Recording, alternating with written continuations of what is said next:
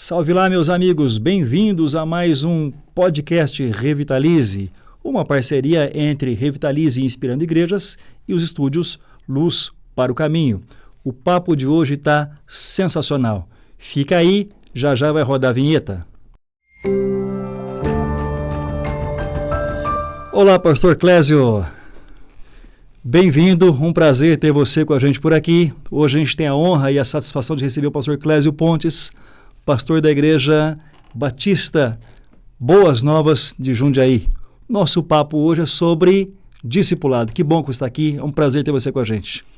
Muito bom dia, também é um prazer estar com vocês aqui hoje para a gente poder compartilhar um pouco sobre esse assunto tão importante e tão revitalizante para a igreja, não é? Que joia, Clésio. Obrigado por você ter aceito o nosso convite.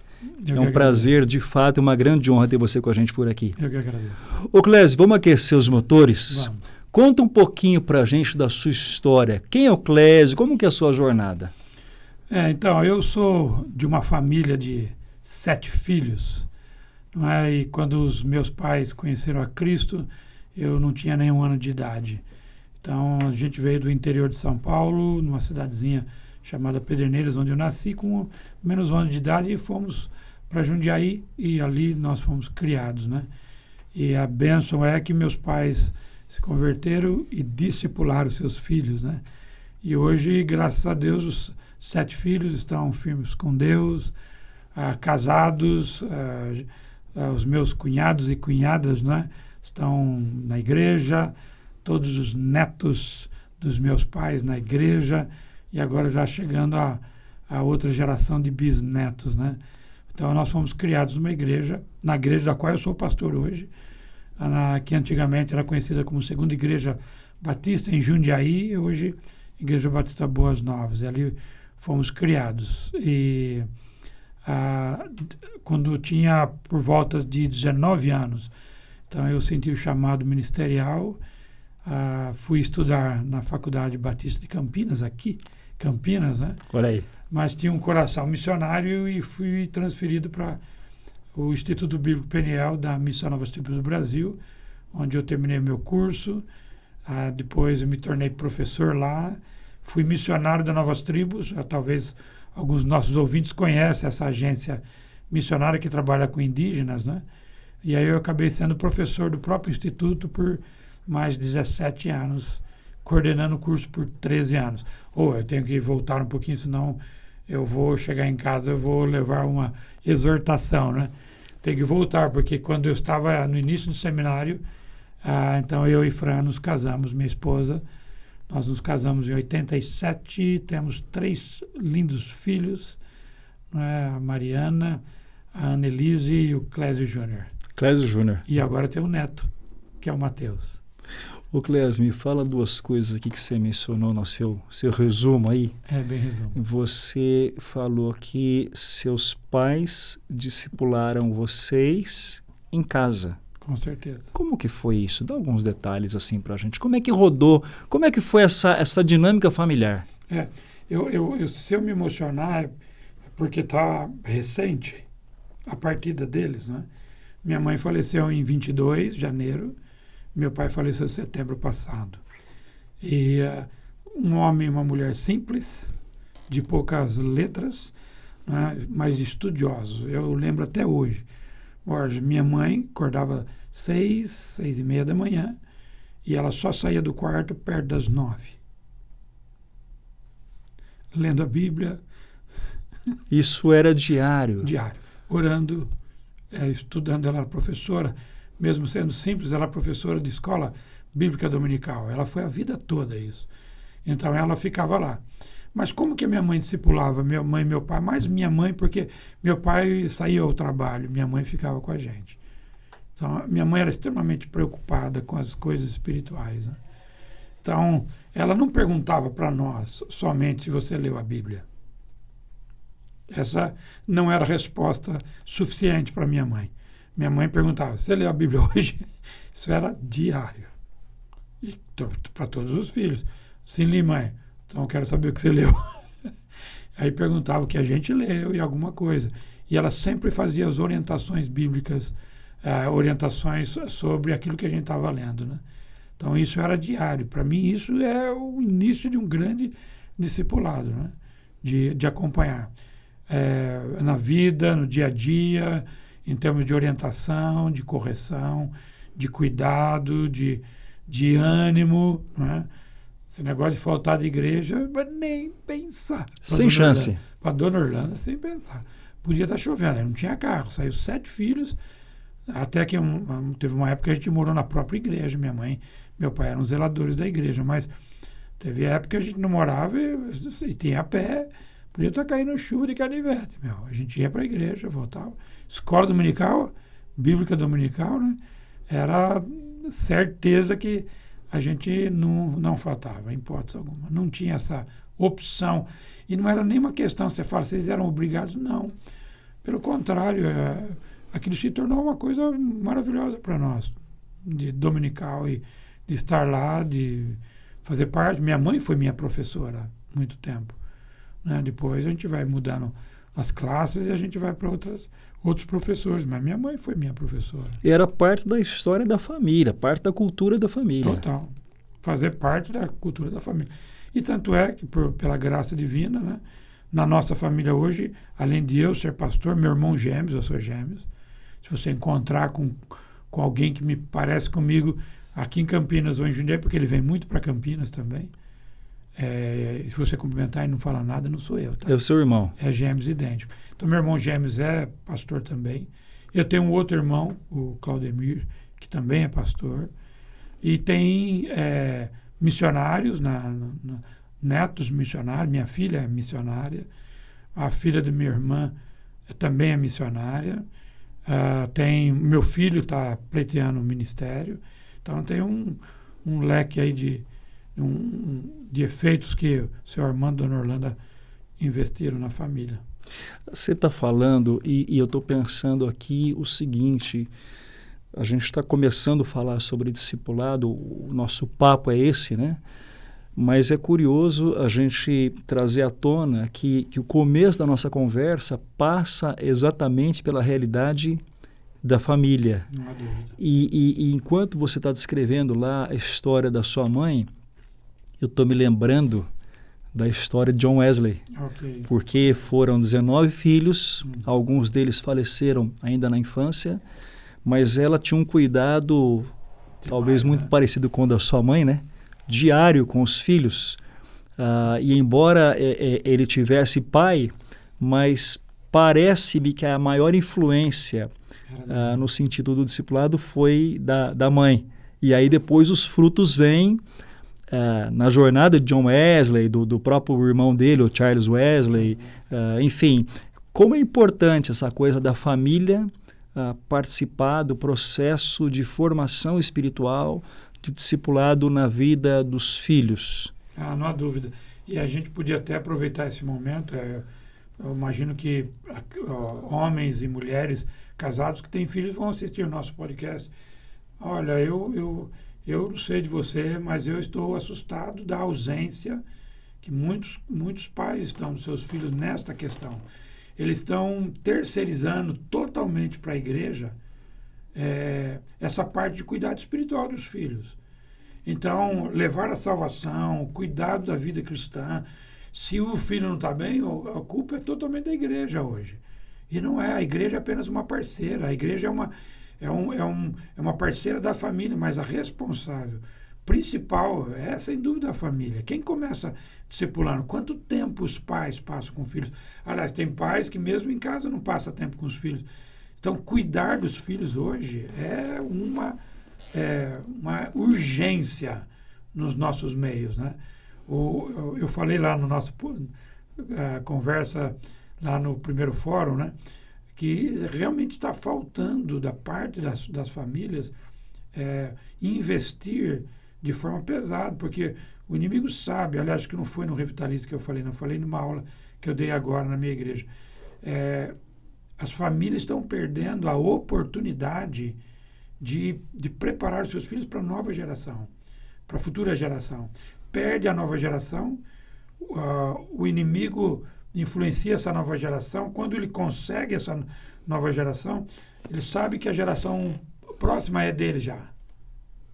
Então, se a gente não pensar seriamente na nova geração, em discipular, eu falei para a minha igreja, a gente precisa investir o dobro, o triplo, para que a nova geração seja discipulada. Porque essa é a garantia da continuidade. Se a gente não fizer isso hoje, né? E isso começa em casa.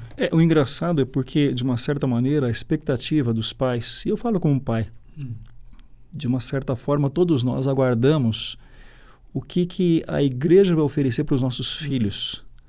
Mas, na realidade, esse processo, imprescindivelmente, passa, em primeira instância, por essa relação familiar. Por quê? O número de horas, e essa é uma lógica que todo mundo conhece, né?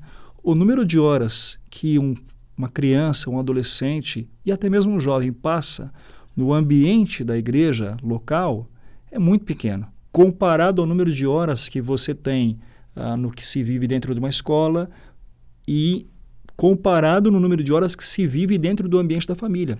Ou seja, o único ambiente que pode competir com qualquer um dos outros é o ambiente da família. E a gente desperdiça isso. Com certeza, com certeza.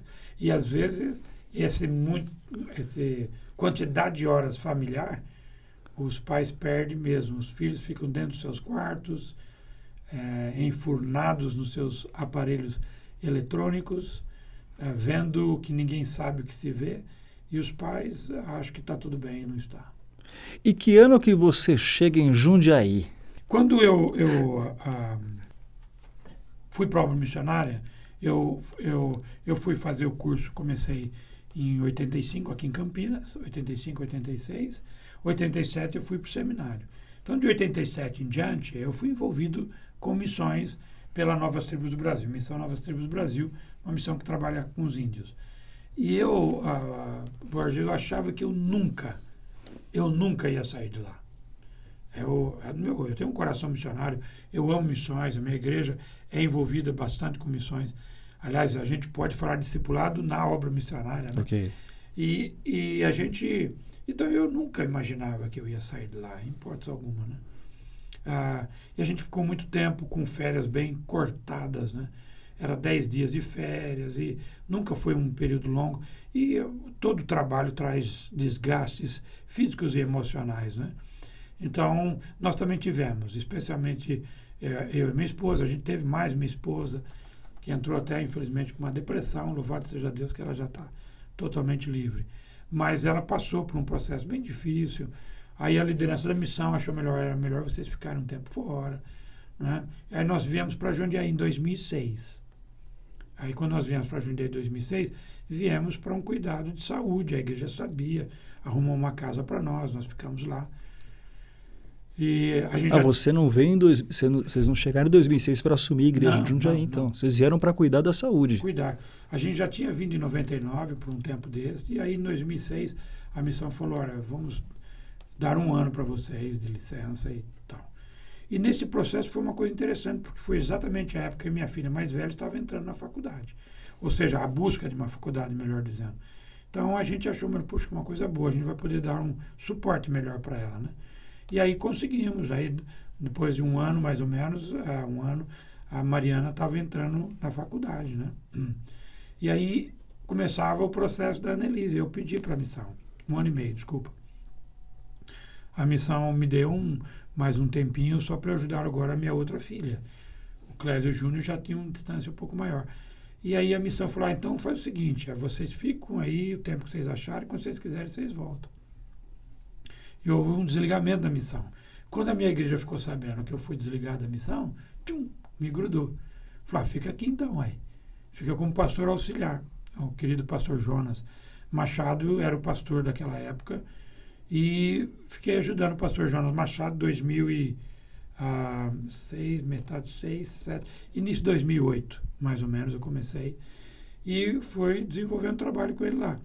No final de 2012, o pastor Jonas saiu da nossa igreja, hoje ele está lá na pastor da igreja Batista de Jardim Utinga, em Santo André, meu amigo, e ele foi lá e a igreja resolveu me convidar. Então eu assumi a igreja Batista Boas Novas em janeiro de 2013. Essa está falando, essa era a questão que eu ia trazer lá atrás. Você pastoreia a sua igreja de origem, então. Isso é um negócio muito curioso, isso não é comum, né? Não é comum. E algumas pessoas, inclusive colegas pastores, ficaram sabendo, eu nunca ouvi falar que dá certo. Pois é. Via de regra, a expectativa é que o camarada ele saia, o membro ele saia e vai assumir uma outra igreja depois do processo de formação. Né? Você ficou na sua igreja de origem, então, no hoje caso. Eu entendo por que as pessoas pensam assim. Porque realmente, até haver uma credibilidade da pessoa que está ali, que nasceu ali, né? Até mesmo por eu ter... O pastor Jonas, ele estava há 19, completou 20 anos lá. Né? Um homem de Deus. Mas eu era auxiliar dele, então não houve uma mudança, né, de um outro pastor. Apenas um continuou, quem estava junto na mesma equipe. Então, eu era da igreja, eu era da equipe pastoral do antigo pastor. Então, até a igreja entender que aí ia haver uma mudança, ocorrer uma mudança, isso aí a gente apanhou bastante antes. Porque o que eles achavam vai continuar a mesma coisa, do mesmo jeito, não vai mudar. Ainda mais uma igreja histórica que nem a Boas Novas. Eu acho que é aí que tem a pergunta-chave do nosso podcast de hoje. Porque você está falando do momento em que você vai assumir a igreja, ok? E uma igreja histórica, uma igreja que, além de ser histórica, é uma igreja com um histórico, certo? Uma jornada. Na tua visão, quais são as expectativas comuns, a perspectiva comum já de igrejas históricas sobre pastoreio, jornada, visão de futuro? Quais são as expectativas que normalmente já existem e você passou por isso? Então, eu creio que toda igreja ela tem algumas características peculiares dela. A Boas Novas também tinha. Eu vou usar uma palavra aqui, mas não entendo como uma coisa só ruim, mas é um ranço histórico que traz, né, que a pessoa vai demarcando. Então, uma igreja histórica como a minha, que na época que eu assumi ela tinha 72 anos, 72 anos. Então, como a minha, toda igreja histórica ela tem marcas que estão nela, seja ministeriais, seja de práticas, estilo de culto. Você pode pensar num leque de coisas, né? Então, o que a igreja espera? Ela espera que as coisas não se modifiquem. Ela tem cultura, Clésio, uma cultura formada, já estabelecida, pré-estabelecida. Não, enraizada, vou dizer para você. Né? Enraizada de uma tal forma que quando você mexe naquilo lá, aquilo traz uma dor, aquilo traz uma coisa para a igreja. Né? E eu vivi isso na minha igreja. Eu vivi na minha igreja as coisas que estavam enraizadas, que a gente queria mexer um pouco nelas. Depois, obviamente, de um tempo, muito difícil. Então, o que ela espera? Ela espera que são mantidos todos os ministérios, são mantidos todos os programas, o formato. Só para você ter uma ideia, como é o formato do culto da igreja? Primeiro começa, né, com um momento de silêncio, depois vem uma pessoa ler um salmo. Até essas coisas. Termina como a bênção apostólica. Não estou dizendo nada de errado sobre isso, por favor, não é fazendo uma crítica, eu estou dizendo que... Existe uma estrutura formatada. Tem o ministério tal, tem o coral, tem... Então, todas as coisas para você mexer, para movimentar um pouco, isso a expectativa é muito grande de se manter, de não mexer. Né? Alguns têm a expectativa de mexer, mas a grande maioria não, porque se torna até, vamos imaginar aqui, né, Borges, se torna até confortável. Fazer mudanças não é uma coisa fácil. Então, já até para a gente falar aqui, se tiver alguém ouvindo a gente que quer fazer uma mudança, especialmente como o nosso assunto vai ser discipulado, se a pessoa quer fazer uma mudança e está numa igreja especialmente histórica, tem que ter paciência, porque vai ter dificuldades. Há uma cultura, há um sistema que já tem lá. E eu conheço uma história de um pastor, sem citar nome, que ele chegou na igreja e ele quis fazer mudanças repentinas na igreja. E quebrou a igreja. Não, né? O que quebrou em que sentido? A igreja não aceitou. Ele tinha ideias até boas, pensamentos muito bons. Mas ele chegou, como se diz o jovem, eu sou jovem, né? Diga amém. Vamos mudar tudo? A gente já passou um pouco dessa fase. Mas diga amém que me ajuda. Amém. se você quiser fazer uma mudança, você quebra. Você tem que ter primeiro uma paciência, né? Você precisa plantar, você precisa semear, plantar, semear, regar aquilo que você quer antes. No caso de Boas Novas, como é que começou a ideia, o conceito, a visão de discipulado? Por que porta que entrou o conceito? O conceito não entrou por uma porta que a gente estava buscando. Olha, eu sumi a igreja, irmãos, eu estou com uma ideia aqui de discipulado. Não tinha nem ideia. Não foi assim? Não tinha nem ideia, Borges. Pastor, reverendo. Reverendo? Pode ser. Eu não tinha nem ideia do que a gente falar de discipulado. Eu não tinha ideia. Eu era do campo missionário. Eu fiquei ali na igreja com o pastor Jonas. Eu queria fazer algumas mudanças, mas não tinha. Mas eu percebi que tinha coisas erradas na igreja. Eu vou contar aquela história que eu contei no Revitalize, que eu acho importante.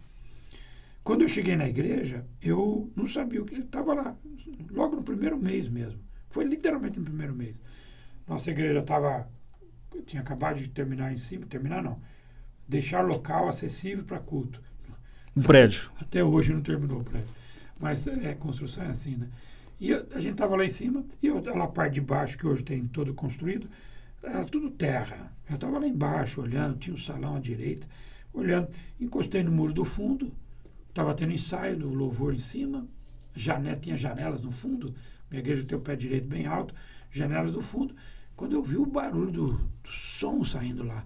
E aí a vizinha do fundo me viu, porque o muro bate aqui, ela falou assim, o que o senhor é aí? Assim mesmo.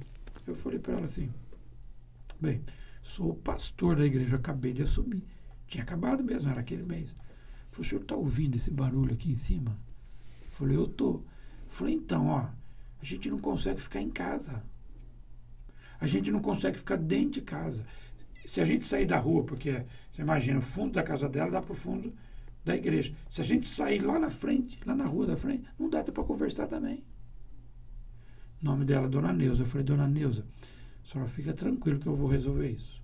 Bom, aí eu reuni a diretoria no domingo à noite, falei, e realmente, em 15 dias, estava lá uma parede de drywall naquelas janelas, com lã de rocha, estúdio. Resolvido o assunto. Resolvido o assunto. Fui perguntar para a Dona Neuza. Dona Neuza falou, pastor, está uma beleza. A gente, de vez em quando houve alguma coisinha lá, mas está tranquilo, pastor. Eu falei, Dona Neuza, se a senhora tiver algum problema, a senhora me procura. Eu não quero causar problema para a senhora. Nem sabia que já estava correndo em volta da nossa igreja um abaixo-assinado para fechar a igreja, pelos vizinhos.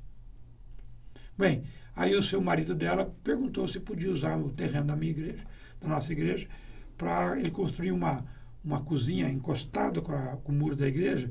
Então, para os pedreiros não buscar material lá na frente da casa dele, pegaria ali no terreno. Estacionamento. Eu tirei a chave do molho da igreja, do portão da igreja, e dei na mão do seu Miro. O seu Miro falou, você vai dar a chave para mim, pastor? O senhor pode entrar, falei para ele, a hora que o senhor quiser aqui. Ele falou, mas o senhor nem me conhece. Ele falou, mas o senhor é meu vizinho. Dei para ele. 3 meses depois ele foi levar a chave de volta. Deu a volta no quarteirão, foi lá na igreja, era um domingo de manhã. Tínhamos terminado a escola bíblica dominical, aquele movimento, o pessoal saindo. Eu estava dentro da igreja, alguém me procurou, falou, pastor, tem um senhor aí te procurando. Fui lá, era o seu Miro.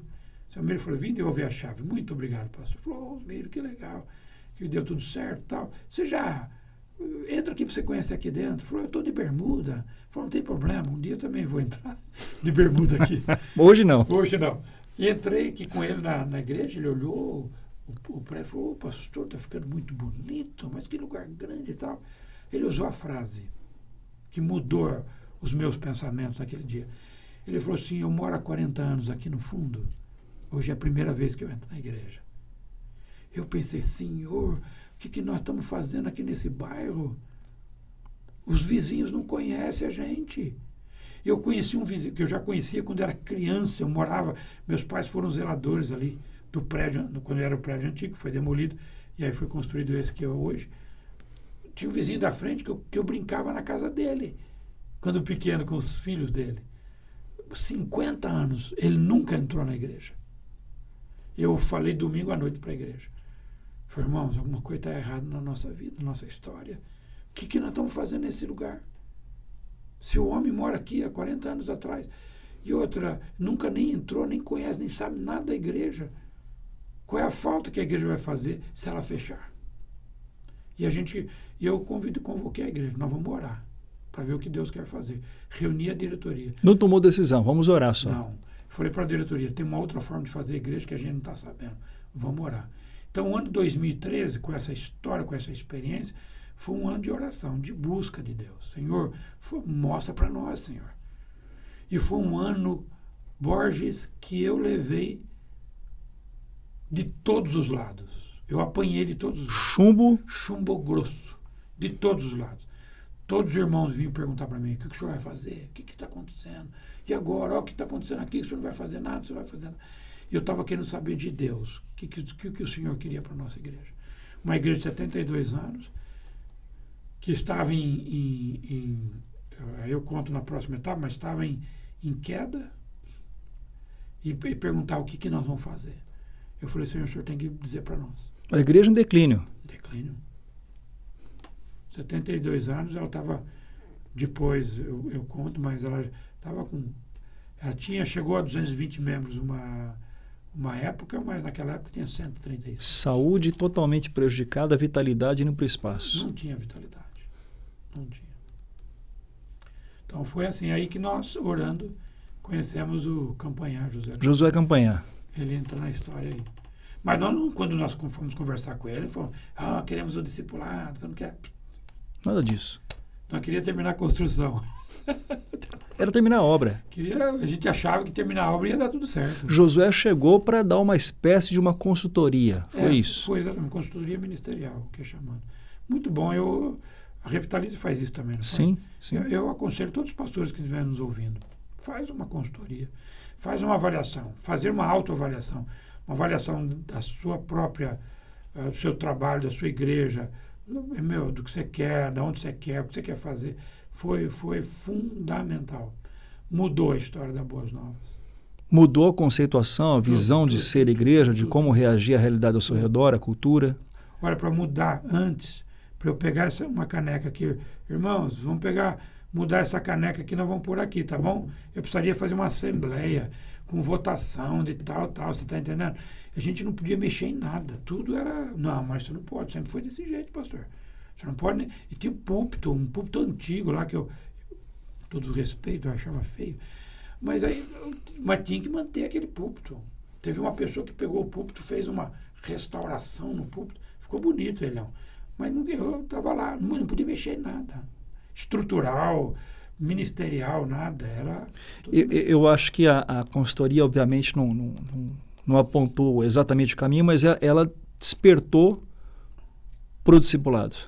O que a consultoria fez, também conto para muitos pastores isso, ela não apontou o caminho. Ela nos ajudou a encontrar o caminho. Ela nos ajudou a enxergar aquilo que nós realmente queríamos e aquilo que Deus queria para nós.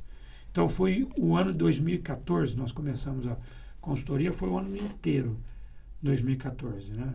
O Josué ia lá 15 em 15 dias, e às vezes toda semana, e era aqui, só trabalho. Eu montei um grupo de trabalho, que nós chamamos de Grupo da Visão, e foi aqui, foi uma luta mesmo assim, para ir buscar mesmo, e ele mostrar quem nós somos, até quando ele chegou um dia, que quase nós morremos,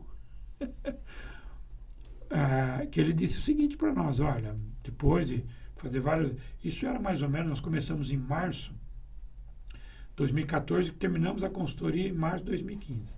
Terminamos assim, de fazer tudo que, de uma certa forma, até hoje a gente continua ainda, mas quando nós terminamos em 2014, foi no final de 2014. Nós terminamos em março de 2015. No final de 2014, lá para setembro, outubro, numa reunião com o Campanhar, ele trouxe o quadro, tudo que ele havia perguntado, chegou à conclusão. Eu estou calculando que mais ou menos entre 15 a 20 anos a Igreja Batista Boas Novas vai deixar de existir. Bombástico assim? Sim. Agora é com vocês. Quantos anos? A igreja tinha? Não, ele 15 deu... 15 a 20 anos. 15 a 20 anos? a igreja vai deixar de existir.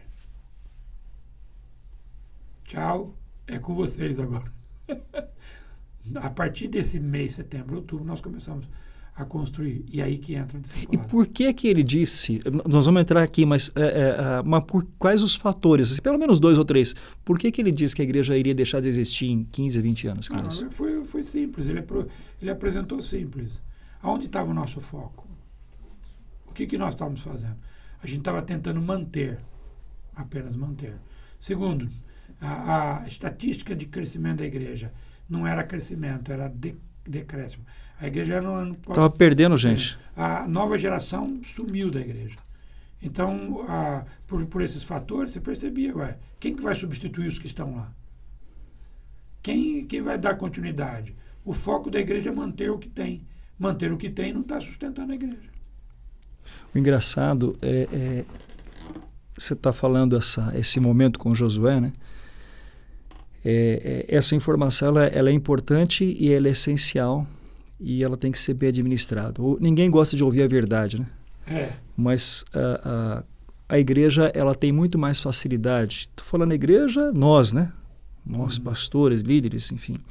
É muito mais fácil a gente justificar o porquê que algumas coisas estão acontecendo de uma determinada maneira do que a gente assumir a realidade, né? E aí, de repente, tem que vir um evento bombástico. A igreja está caminhando em direção à morte. E aí que surge o conceito do discipulado, ele entra na história. A consultoria mexeu com muitas coisas da igreja, mas realmente o discipulado foi o pilar, foi realmente o grande foco revolucionário na igreja, de revitalização, usando aqui o tema, né?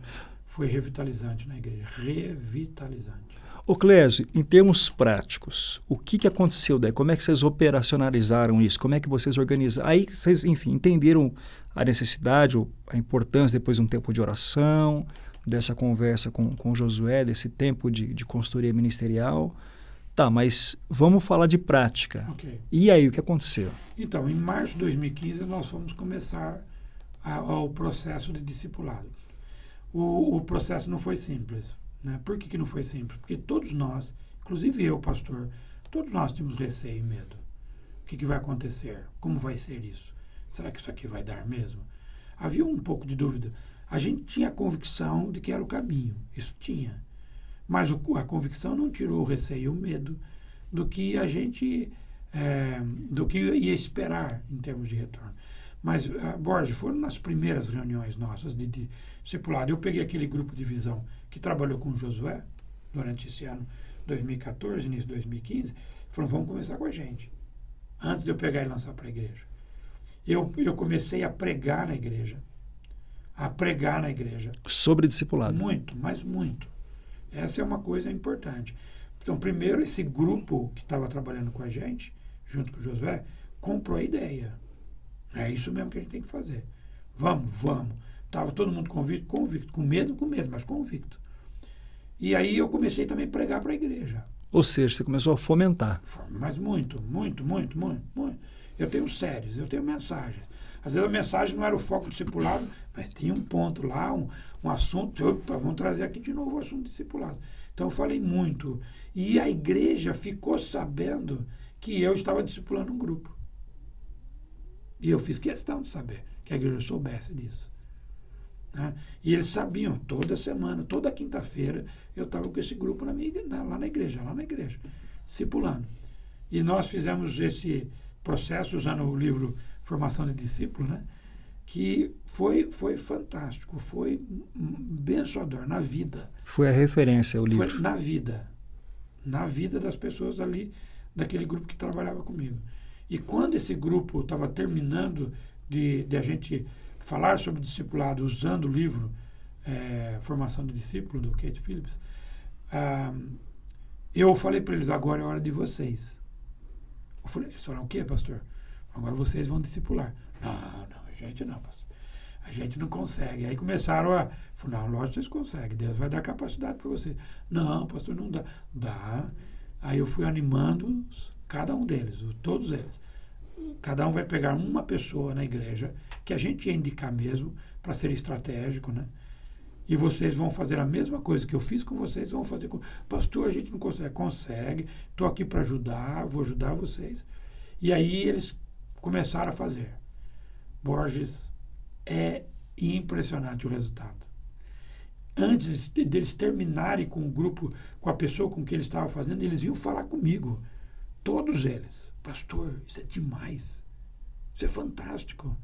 Que coisa a gente perceber que Deus está usando a nossa vida para abençoar a vida da outra pessoa e ajudar a pessoa a se parecer mais com Jesus. Isso é fantástico. Quando terminaram com um, vinham perguntar para mim, qual é o outro? Eu também quero outro. Quero fazer com o outro agora. E aí aquela pessoa que ele tinha discipulado naquele período, ia para um grupo de discípulo, que a gente formava discípulo, e alguém ia cuidar desse grupo. E assim começou exponencialmente, né? A haver uma onda de multiplicação, a ponto que as pessoas que estavam sabendo o que estava acontecendo, vinham perguntar para mim, quando vai ser minha vez? Porque eles sabiam que tinham pessoas que estavam sendo convidadas. Quando vai ser minha vez? Eu que também quero. E isso foi, num bom sentido, contaminando a igreja. Uma curiosidade, que eu acho que é a curiosidade e a pergunta que, de uma certa maneira, quem está acompanhando a gente vai fazer em algum momento, é um encontro. Vocês começaram com um encontro semanal, você começou com um grupo ali, que era o grupo da Visão. E como que funcionava a coisa? Vocês se encontravam, liam o livro antes em casa, o capítulo, sim, depois se encontravam para conversar sobre aquilo. Como que era, em detalhes, Clésio, essa... Boa. Essa é uma pergunta boa. Porque acho que todo mundo quer saber como que é a parte dinâmica, orgânica do negócio, a dinâmica, né? Isso é importante, porque depende do que você fizer, você não está discipulando. Você está pegando uma classe da Escola Bíblica Dominical e trazendo para um outro dia da semana. Então, eu não sei quanto tempo você tem dentro do movimento evangélico, mas eu fui criado, né, dentro da igreja. Somos dois. Então, a gente que foi criado, nós que fomos criados, e quem está nos ouvindo foi criado, vai saber do que eu estou dizendo, e até os outros também, que já estão há um bom tempo. A gente tem uma cultura muito boa de escola dominical. Por favor, não quero falar mal dela, mas uma cultura. Qual é a cultura da escola dominical? Eu chego, eu sou o aluno, você é o professor, eu sento na classe com a revista, com algum livro que a gente está estudando e fico te ouvindo. Aí, de vez em quando, você faz uma pergunta e eu respondo. Mas você faz uma preleção. De vez em quando dá uma oportunidade para comentário, mas é uma preleção. Na escola dominical, o professor fala muito mais. No discipulado, não. Se no discipulado, é uma regra que a gente tem, e eu enfatizo para os líderes de discipulado lá na minha igreja, você não pode falar mais que 25% do tempo. Aí você tem 1 hora. Se você falar mais que 25% desta hora que você tem 15 minutinhos. Você está errado.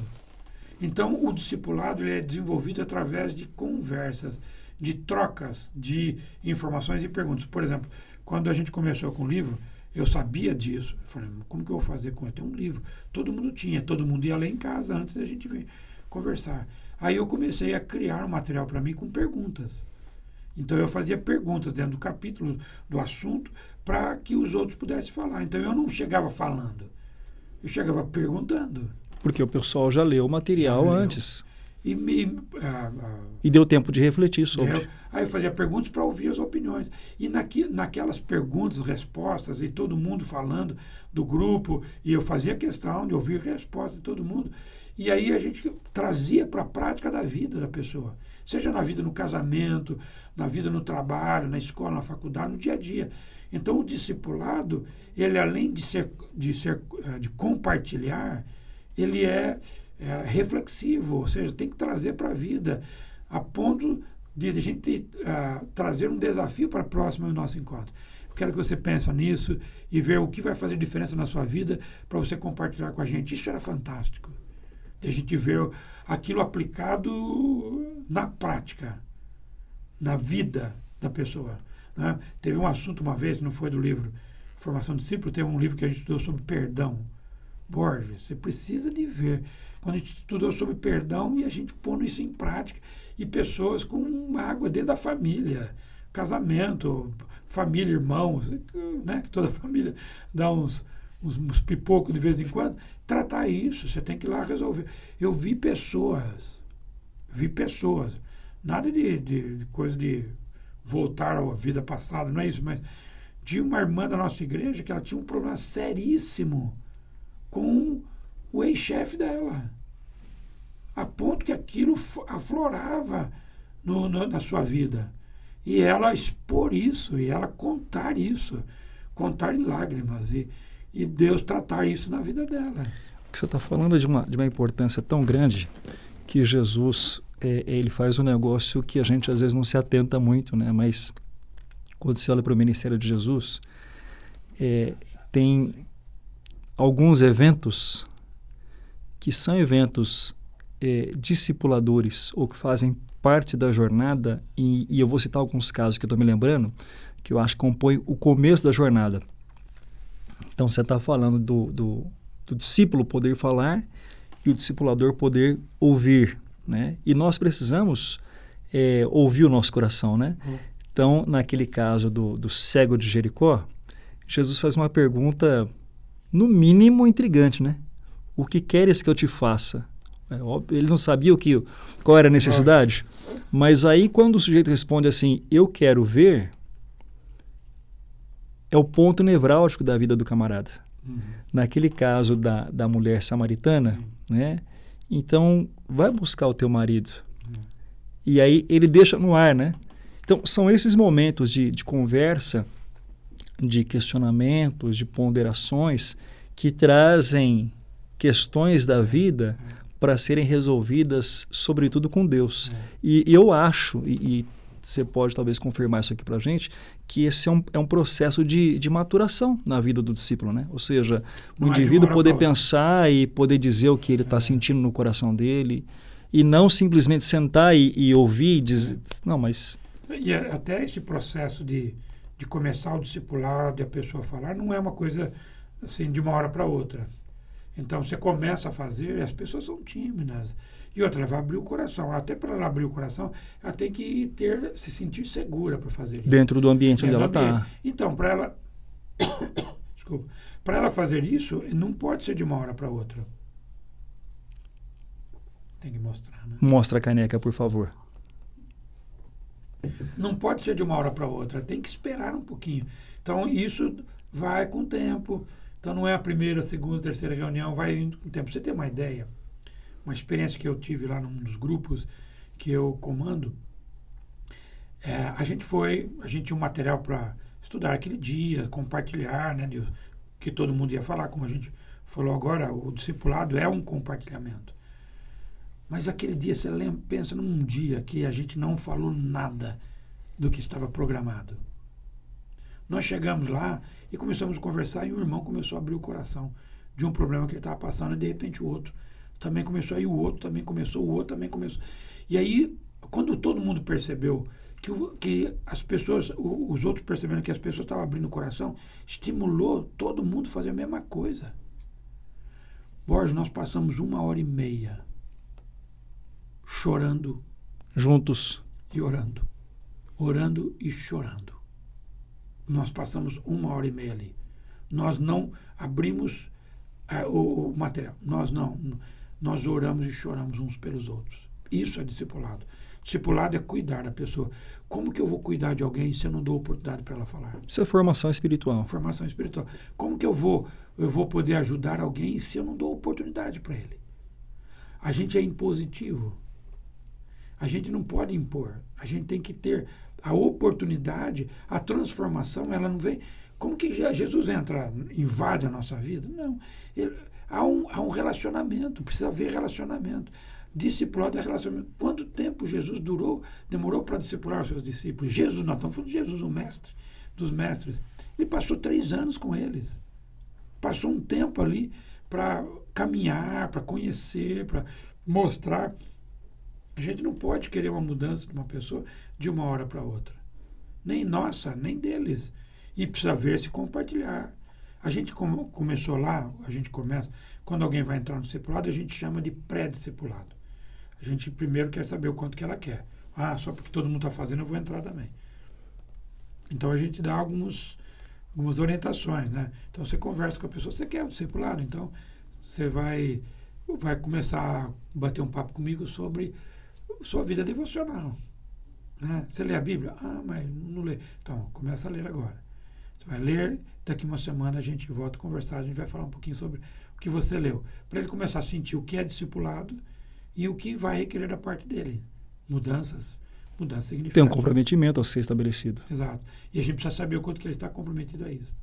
Nós estamos falando aqui, o Clésio está fazendo menção desse livro aqui, ó, A Formação de um Discípulo, Kate Phillips.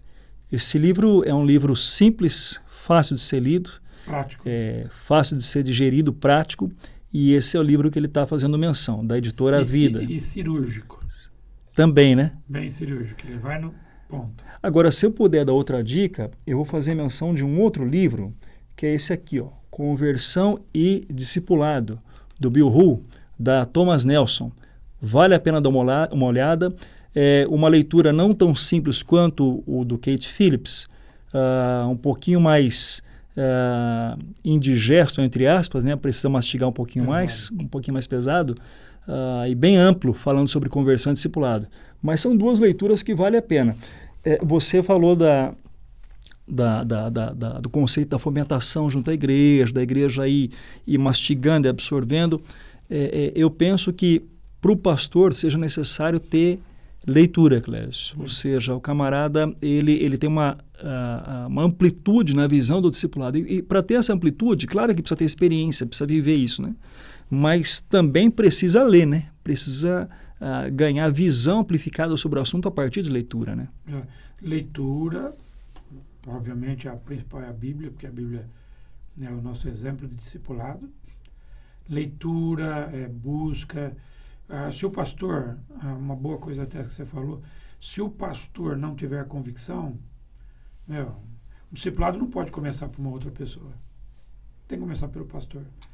Porque se o pastor não der apoio a esse movimento dentro da igreja, ele vai morrer em pouco tempo.